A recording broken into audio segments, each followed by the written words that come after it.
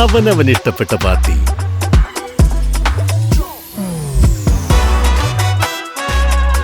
ഹാവൽസ്, ഓരോ ലൈറ്റിലും ഡിലൈറ്റ്.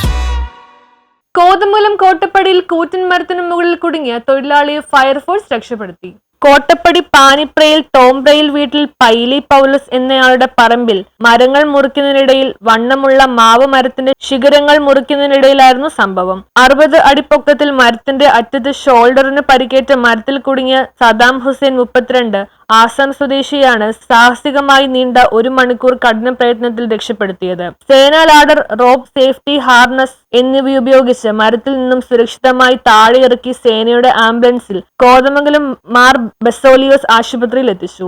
കോതമംഗലം അഗ്നിരക്ഷാ നിലയത്തിൽ നിന്നും station officer Satheesh Jose, senior fire and rescue officer Siddique Ismail എന്നിവരുടെ നേതൃത്വത്തിൽ ഫയർ ആൻഡ് റെസ്ക്യൂ ഓഫീസർമാരായ ആമിദ് OA, VM Shaji, PK Sreejith, ബേസിൽ Shaji, Vishnu Mohan, MA Amjith, R Mahesh, ഹോംഗാർഡ്മാരായ P Binu, M Sethu, ജിയോബിൻ Cherian എന്നിവരാണ് രക്ഷാപ്രവർത്തനം നടത്തിയത്.